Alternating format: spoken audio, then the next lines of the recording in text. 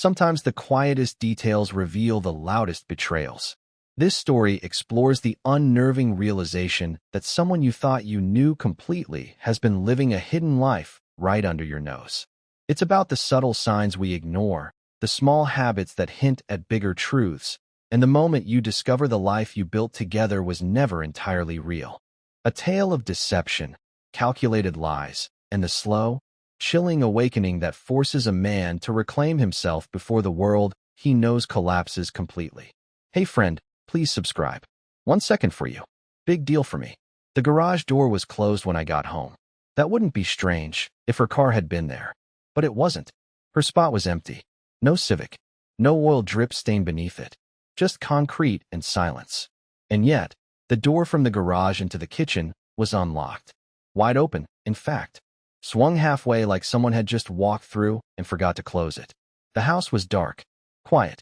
Too quiet. I stood there for a minute, holding a plastic bag with 2 lukewarm tacos in one hand and a bottle of lemon seltzer in the other, trying to figure out what felt off. Everything was off. The lights. The smell. The air, even. We'd lived here for 7 years. I knew every creak of the floorboards, every hum of the fridge, every sound that belonged. But tonight, something didn't. The hallway light flicked on by itself when I stepped inside. Motion sensor. Normal. What wasn't normal was that the back door, leading out to the patio, was open. Just barely.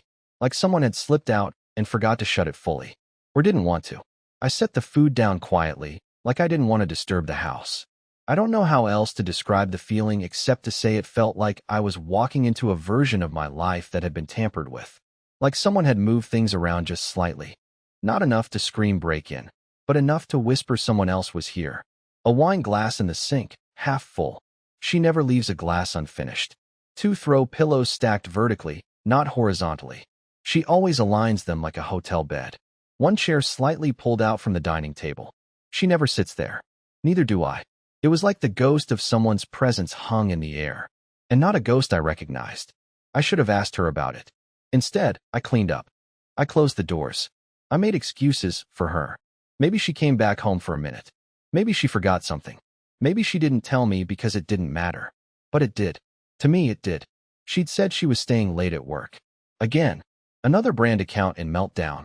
She texted me earlier. Not sure when I'll be back. Don't wait up briefcase. The briefcase emoji. Cute. I stared at that message on my phone and realized she had sent that exact one last week. Word for word. Emoji and all. I scrolled up. Same message, same punctuation, same time, 7:41 p.m. Copy-paste. My chest felt tight. I didn't sleep that night. I laid in bed while the ceiling fan spun slowly above me, listening to the sound of my dog snoring at my feet, and wondering who else had sat in that dining chair. Who else drank from that wine glass? Who else walked barefoot across our kitchen floor while I was at work, trying to find a non-dairy creamer she liked? I imagined a man. A quiet man. Maybe someone older. Confident. He wouldn't be like me. Overthinking everything, hesitating to speak, afraid of being too much. He'd be bold. Decisive. Someone who made her feel like she didn't have to ask for attention. Someone who didn't write Reddit posts at midnight with shaking hands and a knot in his throat. I told myself I was being dramatic. But the next day, I found something that tore me apart. Not lingerie. Not lipstick on a shirt. Worse. A receipt. From a place I didn't recognize. 2 glasses of wine. 1 appetizer. 1 main. 1 dessert. Dinner for 2. Last night. Timestamp. 8:13 p.m. While I was microwaving soup and watching our wedding slideshow on the TV like an idiot, she was somewhere else, clinking glasses and laughing with someone who wasn't me. And that's when I stopped making excuses. I was going to find out the truth, even if it ruined me. The next night, I left work early and didn't tell her. She thought I had a client meeting. I told her it might run late, which gave me cover. She texted me around 6 saying she was still stuck at the office. Same message as always. No extra detail. Just vague enough to dodge suspicion. I didn't reply. I didn't need to. I already knew she wasn't at the office. I was parked across the street from a place called Marlowe's, a dim little bar tucked into a side road about 15 minutes from downtown. Quiet. Discreet. The kind of place that didn't show up in tourist searches. Not exactly the setting for a happy hour with coworkers. At 6:17, her car pulled in. I ducked in my seat so fast I hit my knee on the steering wheel. She got out of the car like it was any other Thursday. Calm, confident, phone in one hand, purse in the other, heels clicking lightly against the pavement. She didn't look around. She didn't hesitate. She just walked right in, like she'd done it 100 times. I waited, staring at the door she disappeared into, wondering what I'd actually do if someone else joined her. At 6:26, someone did. Tall, dark coat, gray at the temples, older, maybe early 40s. Confident in that way I'll never be. He didn't check his phone once. Just walked in. And that's when it hit me. He didn't look nervous. He wasn't cheating. She was. I waited 5 minutes, then got out of the car and walked across the street. I didn't go inside. I wasn't ready for that. But I peeked through the window just enough to see them. She was laughing. Like, really laughing. The kind of laugh she used to save for after midnight. Tangled up with me on the couch, laughing at nothing. Now she gave it to him. He touched her hand across the table. She didn't pull away. That was the moment something snapped in me. Not anger, not yet. Just this cold, quiet realization that the version of her I loved didn't exist anymore. Or maybe she never did. I walked back to my car, heart thudding, and sat there until they left together, 1 hour and 42 minutes later. She drove off alone. So did he. But the space between them didn't feel like a secret. It felt like a ritual. I couldn't sleep that night. I lay awake staring at the ceiling while she curled up beside me, back turned, breathing steady, like she hadn't just come back from someone else's table. I could smell the trace of a different cologne clinging to her hair. Faint, but real. And I kept thinking, does she think I'm that stupid? Or does she just not care anymore? The next morning, she made coffee. Acted normal. Talked about switching to oat milk, like it was the biggest concern in the world. I smiled. Nodded. Pretended like I didn't watch her hold another man's hand 20 hours earlier. She kissed my cheek before leaving. I wanted to scream. Instead, I took the day off work. She thought I was in a client meeting downtown. I was actually in our home office with her old MacBook, one she stopped using last year when she got a new one from work. I wasn't even expecting much. Maybe some leftover photos, an old document or two. But what I found, she hadn't wiped it. Not even close. Her iMessages were still linked. The laptop was full of conversations, years of them. Most of it was boring, day-to-day stuff.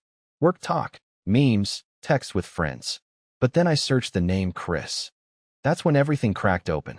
There were messages going back over a year. Nothing outright romantic at first. Just casual. Inside jokes. Comments about people at work. But slowly, they got bolder. Deeper. Late-night thoughts. Long strings of texts that sounded like the kind of conversations I used to have with her when we first met. Then came the photos. A blurry hotel mirror shot.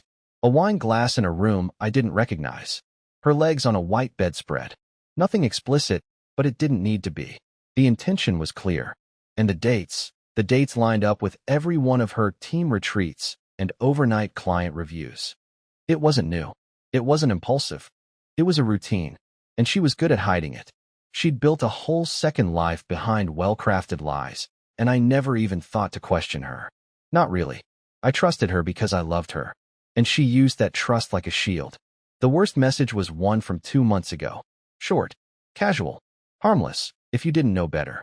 You remembered how I take my coffee. That messed me up a little. That's the kind of line that stings in your spine, because you know it means intimacy, memory, repetition, care. It's not just about coffee. It's about being seen. And suddenly, I realized it wasn't just a fling. It wasn't even about sex. She was in love with him. I sat there staring at the screen for over an hour, trying to figure out what to do. My hands were shaking, but not from anger. From this hollow, echoing sadness that settled in my chest and refused to leave. She came home that night and asked if I wanted Thai or Italian for dinner. I said Thai. Then I asked if she wanted to watch something on Netflix. And she smiled like nothing was wrong. Like we were still real.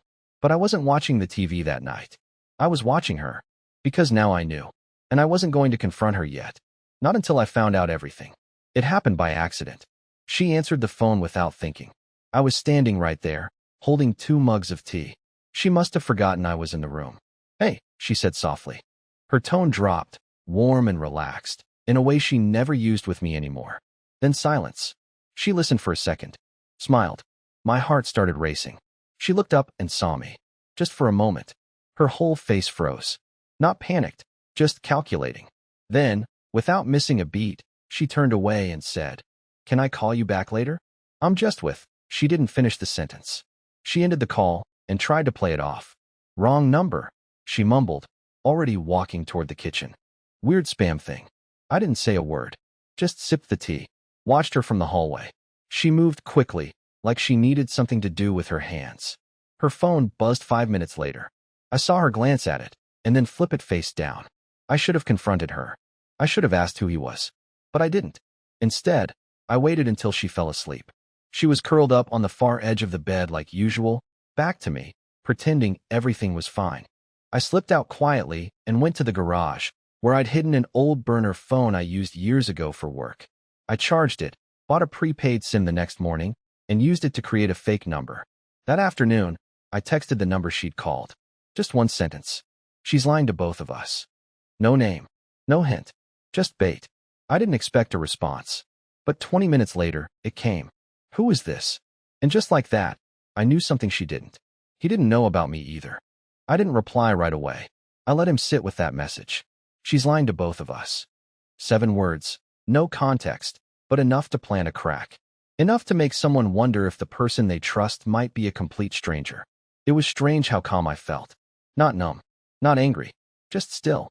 Like I'd finally stepped into some twisted clarity. For weeks, I'd been drowning in this helpless feeling of betrayal, like everything was happening to me, and I couldn't stop it. But now, I was steering it. I was inside the lie, shaping it. That terrified me a little. And thrilled me, too.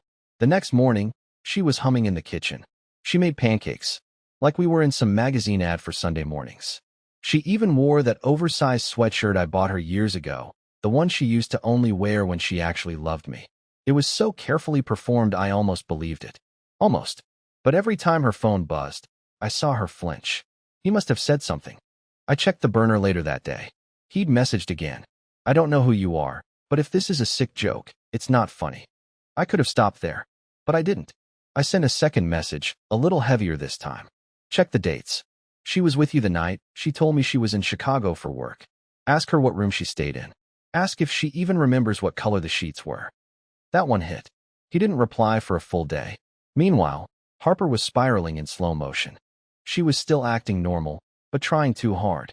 She started initiating conversations more, cooking more, asking if I wanted to go for walks.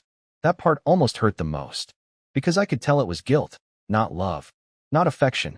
She didn't know I knew, but something inside her was scared, shaky, and it showed. That night, I checked her phone while she was in the shower. She'd started locking it, but I'd watched her enter the code enough times. Same passcode she's had since college, the year her sister died. Inside, there was a message from him. "You need to be honest with me. Who is he?" And her reply? "No one. Don't do this. Please." I stared at the screen for a long time, just letting those 2 words echo in my head. No one. That's what I was to her. That's what all of this meant. I put the phone back exactly where I found it, walked downstairs, poured myself a drink I didn't even want, and sat on the couch while she dried her hair in the hallway mirror. When she came down, she looked at me with those wide, familiar eyes and said, "You okay?" I nodded and smiled, because now, she had no idea how far down I was willing to go. I used to believe she couldn't lie to my face. That was the one thing I clung to. She could hide her phone, make excuses, disappear for hours, but her eyes would always give her away. I was wrong. She came home late again. Not too late. Just enough to be believable. 9:12 p.m. She dropped her keys on the table and sighed like the day had drained her. Said her boss was losing it. Said her coworker Ella had a breakdown in the break room. Then she looked right at me and said, "I'm just so tired of the drama. I miss when work was simple." I nodded. Asked if she wanted tea. What I didn't say was that Ella had posted on Instagram 2 hours earlier from a concert with her boyfriend in another city. It was the first time I watched my wife lie while looking me dead in the eyes, without a flicker of hesitation. That changed something in me. The next day, I logged into our shared Amazon account and ordered a cheap keylogger. Not because I didn't trust what I already knew, but because I wanted more. Everything. I wanted to see it typed, word for word. No more guessing. While I waited for it to arrive, I made a small move. I unplugged our router for exactly 11 minutes during her lunch break. I knew she'd be on a video call with her team. She came storming out of the office 10 minutes later, frustrated, cursing the internet, asking if I could call the provider. I asked what call she was on. She paused, then said it was with internal marketing. Funny, her calendar, which I quietly synced 2 months ago, showed no such meeting. She spent the rest of the day quiet, checking her phone more than usual, that subtle anxiety rising just under her skin. Not enough to break, but enough to crack. I didn't say anything. I just went outside and watered the plants like nothing happened. Because sometimes, you don't need to catch someone in a lie. You just need to give them enough silence to realize they're being watched. The keylogger worked better than I expected. It was small, unnoticeable, and I installed it in under 5 minutes while she was upstairs in the shower humming some song that made my skin crawl now. Watching her be so normal, so routine, while I was crawling deeper into this strange double life. It made everything feel like a dream I hadn't agreed to be in. For 2 days, I let it sit. I didn't check it right away. I wanted a clear window, a full timeline. I wanted to see what she said when she thought no one was watching, not just scraps of guilt. On the 3rd day, I opened the file. It wasn't hard to find. She'd been emailing him, not texting anymore, not messaging through apps. She'd switched to something she thought I couldn't see. Personal email threads she'd log into only from her work laptop or her old desktop in the guest room. She always closed the tab, cleared her history, changed the subject line every time. But the keylogger saw everything. The messages were short, secretive, careful. They didn't use names, just hints. Phrases like same place and this Friday. And in one message, for simple words that landed harder than anything else in this whole nightmare. He's starting to suspect. I read that line 10 times, my throat tightening. So she knew. She felt it. My silence hadn't gone unnoticed. And instead of guilt, instead of coming clean, she'd chosen to warn him. To prepare. To get ahead of me. I should have been furious. But all I felt was calm. Because now I was certain. There was no more room for interpretation. No saving it. No, maybe it was just an emotional affair. No hoping it would pass. This wasn't crumbling. It had already collapsed. That night, I made dinner. Her favorite, spaghetti with extra garlic, the way she always liked it. I set the table. Lit candles. She walked in, looked confused but flattered. I told her we'd been distant lately, and I wanted to reconnect. She smiled. Sat down. Said, "This means a lot." And I watched her eat, while knowing what she'd typed that same morning. We talked about nothing. A new show. Some wedding she had to attend in 2 months. She told me I should come with her. It might be good for us, she said, like she hadn't already penciled in a hotel night with someone else. I poured her another glass of wine. And I smiled too. Because in 48 hours, I was going to make her look at everything she had destroyed, with no way to deny it. Not in anger. Not in yelling. Just quiet, undeniable truth. She came home Friday night exactly on time. Hair perfect. Outfit a little too carefully chosen. Not flashy, but just enough to say, I dressed with someone in mind. I was already sitting in the living room, laptop open, coffee in hand. Calm. She smiled when she saw me. Hey, she said. You're home early. I nodded and motioned to the seat across from me. Can we talk? Her expression flickered. Barely, but I caught it. A small pause in her step. Then she sat, smoothing her hands across her jeans like she was brushing something invisible off them. I turned the screen around. No dramatics. No accusations. No shouting. Just one window open. Her emails. She stared at them, quiet. At first I thought she might deny it, twist it into something small, something forgivable. But she didn't. She just whispered, "How long have you known?" Long enough, I said. Long enough to stop loving who you were pretending to be. And that's when something changed in her. She didn't fall apart. She didn't grovel. She just deflated. Like someone let all the performance out of her. For the first time in months, I think I saw the real Harper again. Not proud. Not cruel. Just tired. Small. Human. I never meant for it to happen like this, she said. I nodded. That's the problem. You let it happen like this. We didn't argue.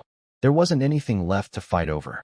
I told her I'd already spoken to a lawyer, and that I wasn't going to drag anything out. No public shame. No petty revenge. Just honesty. A clean cut. She looked around the room like it was the last time she'd see it. Maybe it was. And then, she asked something I didn't expect. Are you going to be okay? That's when I cried. Not because I wanted her back. Not because I missed the lie. But because part of me realized I had wasted so much time trying to protect something that never truly existed, I wiped my eyes, laughed even. I think I already am. And I meant it. It's been 6 months now. I moved out of the house and into a small apartment by the lake. The silence here feels different, less suspicious, more peaceful. I got a dog, not to replace the old one, just to have company that doesn't lie. I started reading again, cooking. I even joined a weekend biking group. Something I always wanted to do, but never did because we always had plans. Some nights I still think about her. Not with anger, just with distance. Like remembering a book you once loved before realizing the ending never made sense. I don't know what she's doing now. I haven't checked, haven't looked her up, haven't reached out. Because I'm finally living a life that doesn't depend on someone else's version of love. And for the first time in years, I'm free. Please like the video and share your thoughts in the comments. I read them all.